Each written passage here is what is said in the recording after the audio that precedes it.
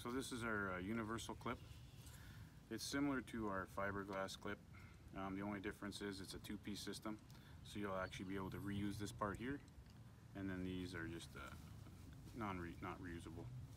So these, the holes, same thing as before, they're perforated every 3 inches.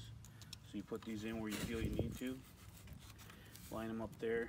This one's got the lip right here, so you have to put the screw back along here so it's not inside the track.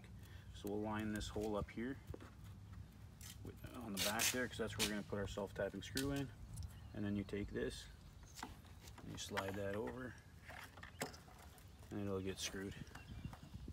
Put a nail in there. There's several different ways you can put them on.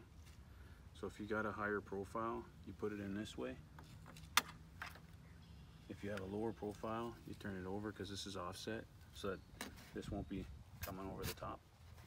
And then we also have this other slot sideways, so you can put it like this, especially if you want to bridge across where two pieces come together.